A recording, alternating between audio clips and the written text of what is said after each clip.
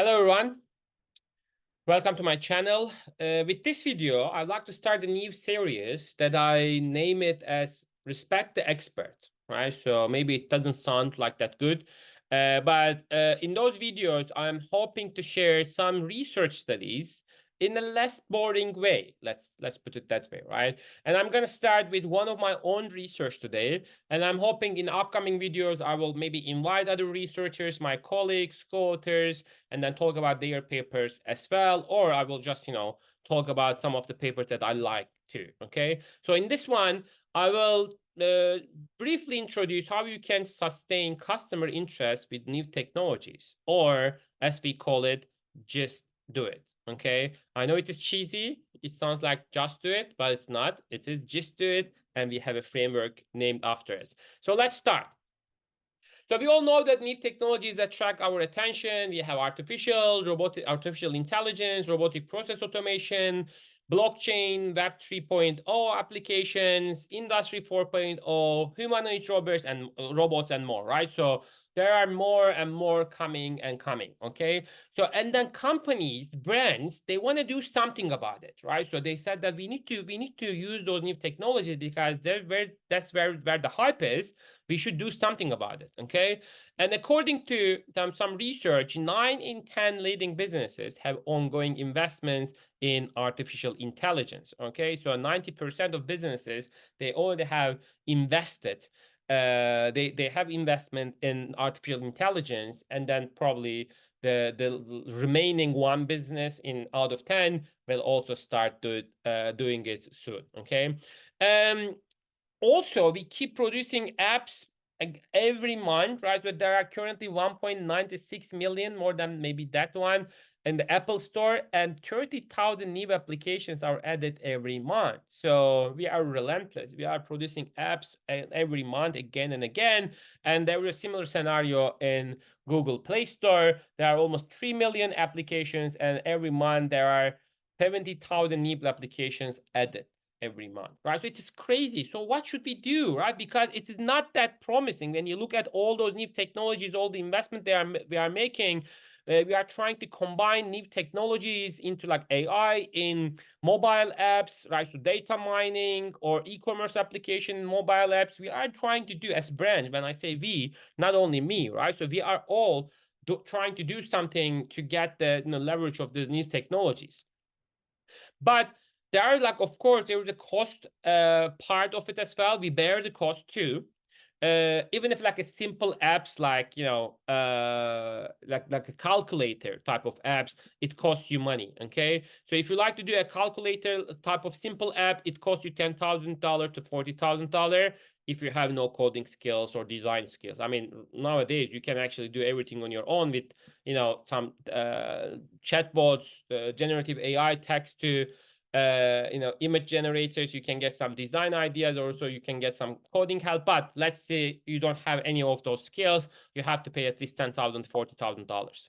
And if you like to have a bit more complex than that, if you like to have single tier membership app, like if you are just selling your own product on an e-commerce like platform, you need to pay $75,000 to $120,000, including everything, right? So payment integrations, and then cart integrations, the delivery integration, everything, okay?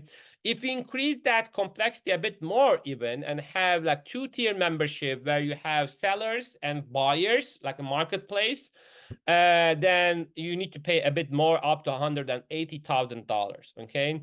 And for the last one, multi-tier membership like Uber, you have drivers, you have customers, you have different users type and drivers type and everything. Then it might cost you, like the first version of it might cost you almost $350,000, a lot of money, right? So my point is, we are spending all of those monies, but unfortunately, most of the time the outcome is disappointment, right? So those monies are gone for nothing, okay? 77% of users never use an app again 72 hours after installing.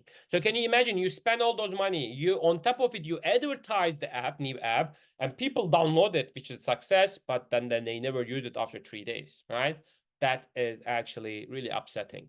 And another piece of information talking about this, they said that most of the apps in the app stores are less than more than 70, like almost 70% has less than 1,000 downloads ever. Can you believe, like millions of apps, right? And 70% of them almost have less than 1,000 downloads. This is like disappointing. This is heartbreaking, right? So I'm really sorry for all of those brands. But okay, so I don't want to be the bearer of the bad news. So retention curves are not looking promising as well. After a few days, your active customers are diminishing, going like, to almost to zero after 1 or 2 months. So I know this is a bad, really bad picture so far, but what is the solution, right? So probably you are asking, do you have a solution? Yes, I do. Yeah, I have a solution, and it is our model, what we call is GIST model. So you can leverage some motivational features like gaming, instructing, sharing, and tracking, and create some habitual use of technologies, right? In our study that we published with my co-author Kirk, I'm hoping at some point he will be also a guest to my channel. So we published this 1 year ago, almost 2 years ago. We use the well-being sports app, right? So like smartwatch or fitness apps, etc. We ask questions to users, and then we try to come up with this model. We find that those four features, when used properly, give you a really good leverage, like a really good advantage creating habitual use, right? So a sustained user engagement. Okay, so how we use this, right? So let me actually break it down for you. So the first step is gamification. What is gamification? We all know it. Gamification is basically making the application interactive by using gamification methods, right? So it is basically game elements in non-game environments. That's why we call gamification, right? So if you develop a game, it's not gamification, it is a game. So, but if you use gaming elements in non-game environments in your app, it is called gamification, okay? So there are like different part of it. But let me give you a good example, right? So Duolingo, I'm a user of Duolingo as well. There are like Duolingo, I think last time I checked, they have 80 million active users monthly after so many years. And we are talking about an app of language learning, one of the most boring field, right? So people don't like it, but they keep it going for years and having 80 million active users. How? So using gaming elements, gamification elements. First, they give you this achievement, sense of achievements, like, oh, you completed this lesson, well done, get 10 XP. Okay, so when you achieve something, they give you more rewards as well, right? So they give you like, some coins, diamonds, and everything. So you always get some rewards apart from XPs, and then you can use your rewards to buy some in-app tools, and then in-app other like features as well, unlock new features too. They also try to motivate you by telling you like keep it going. So now you have a year-day like streak, like a 361 day streak, and you don't want to lose it, right? So it is kind of your involvement, right? So it's kind of sunk cost. You just spend all your time and you don't want to lose that chance, okay? And that's very clever, to be honest. And then finally, they also create some competitive environment that you can, compete with like other, not directly compete, but you can see how other people are doing, your friends are doing, and if they have an ongoing streak, you want to join them as well. So it is actually very cleverly designed app, right? So you can also look at other features. They are doing it really well. Okay, so gamification, but not only Duolingo, there is an app, banking app, Monzo app in UK. I am a customer of them, and they also cleverly use this gamification features, right? So one feature that I really like is get paid early feature. So if you are getting a payment, they tell you on the same day morning, they said that you want to get this payment early. Let's say your salary will be you will be paid tomorrow, but you got a notification this morning, like more than 24 hours, and they tell you like, do you want to get this payment early today? I'm like, yes, please, right? And then they said that check back at 4 p.m. They create this expectation feeling, and when you check back at 4 p.m., they show you this. So let's watch this.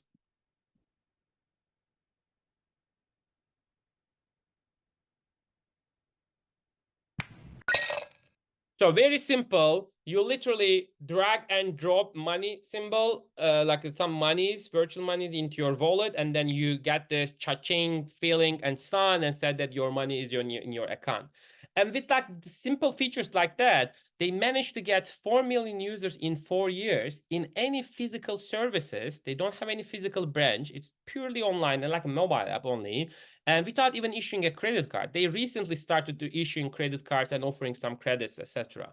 So that is really clever way of doing it, right? So even like you think that, oh, we are bank, we are boring, how can we gamify? Look at this. They gamify it. You can do it as well, okay? So let's look at other examples. The second one, we said that GIST framework. First one was gamification. Second one, instructing. But how? Instructing basically means motivating action by providing information that benefits the users. Okay, so motivating them by providing some beneficial information. Okay, so for example, Apple Watch use this time to stand after 1 hour, because sometimes you don't even realize that you are sitting all day long, right? So they said that, oh, it has been 1 hour, just stand up. So this is something that you cannot tell all the time. You cannot check the clock all the time, right? Or again, another bank, Wells Fargo. Wells Fargo give you some, again, important information instructing you. They said that based on your activity, you are going to pay a bit more than last month, right? So just be careful in terms of your usage or money spending. You cannot actually make the end of the month if you keep spending like that, right? So they instruct you to do, spend less and other stuff, okay? So it is very valuable for customer as well. So you can sometimes combine instruction and gamification features together, like the Sainsbury's Nectar loyalty app. I love this app as well. Again, something really boring, right? So there are tons of loyalty app out there. And when it comes to supermarket, grocery shopping, you don't actually pay attention, right? But they do it so well, so cleverly. So let me tell you how they do. So they offer you bonus on products specifically tailored to you. It's not like something they like to sell, but based on your past purchase, they said that, you were buying X. Would you like to get some point next time you buy X? It's like, yeah, I'm going to buy X anyway. So let me actually buy it from Sainsbury, right? So you can get those points, like really like, regular everyday items like onions, like tomatoes or eggs. If you are buying them, they said that, okay, we know that you are going to buy them anyway. So you like to get some offers. But the trick is you need to add those offers every day, every week, every week when they're odd, and save them in your app. Okay, so they are trying to keep you active this way. And once you do it, next time you buy something, you need to scan your card. Okay, and this is like the engagement they get, weekly engagement they get. And like I said, it is very clever way of doing it. Third one is sharing, but with whom? So because if you think that, let's share with family and friends, it's not enough, right? Because your friends might not want to share their information with you. So like it happened to me. So this is my Apple Watch. Two of my friends stopped sharing their information with me. They hid their information. They thought that I don't see they are hiding their information with me. And when I told them, like, why are you hiding your information? They were embarrassed, but it's too late. Okay. So the point is, sometimes you feel like your friends or colleagues, they are sharing information and it's not enough to keep you going. Okay, so that's why you need to activate other users who are using the same application or who are sharing the same passion like you. And Strava is doing this really well. Strava app for like runners, so they share all those information. And it's not only you and your close circle, but it's the people that run together. Okay, so sharing the same application, you can actually track their behavior and look at their times and points. It is a very well designed app. And again, running is so boring, right? So for many of you, including me. And but with this app, people actually have fun running and then seeing other people. It is a really good example. Okay, so social sharing, not only with your close circle, but other people sharing the same app or sharing the same hobbies or interests. Okay, and then final one was tracking. Tracking is not stalking, right? It is presenting data that user cannot track individually, right? And present it in a simple and nice way, okay? With graphs and charts. Like the Wells Fargo mobile app is doing, so this is your monthly spending on groceries. So you can easily see, it is increasing in October. Maybe I should do something about this, right? So tracking your information, tracking your behavior, and then sharing it with you, okay? Or I love this feature of Monzo again. So whenever you go abroad, the one thing when you come back is just how much money I spent, right? So you like to know how much, like what is the damage? And Monzo is actually giving you this and say that, you know what? Welcome back, welcome home. You spent this amount of money in Italy last 7 days. Okay. So sometimes it hurts, sometimes like, oh my God, I didn't even have that much fun. But this is how tracking is used in this context, in our context, right? If you like to have some sustained user engagement. And of course, we also observe some differences in terms of age and gender. For example, female users, they prefer gaming. They are influenced by gaming features more than male. Maybe males are more into, playing PlayStation and then other things. That's one explanation. We are not sure, to be honest. And sharing is also the affecting female users more than male users, right?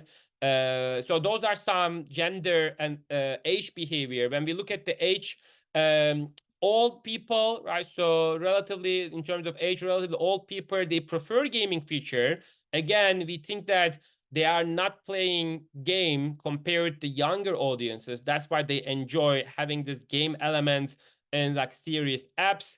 And also, all people prefer sharing or influenced by sharing more than other age groups. Okay, so you also observe this age and gender differences depending on your target audience or who you like to activate. You can keep those in your mind. So to sum up, gamification using game dynamics, making the user making the user addicted to the application. Instructing, directing the user to certain product or behavior with useful notifications and instructing what to do. Sharing, not with your close circle only, but with the people, similar minded, like-minded people.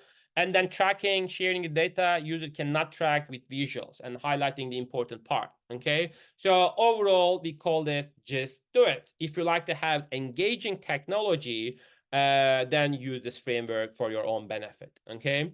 So thank you for watching. Let me know what you think about this research.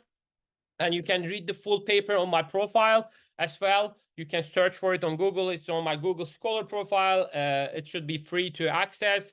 And I will hope to see you in my next video. Thank you for watching. And don't forget to subscribe to my channel. Bye-bye.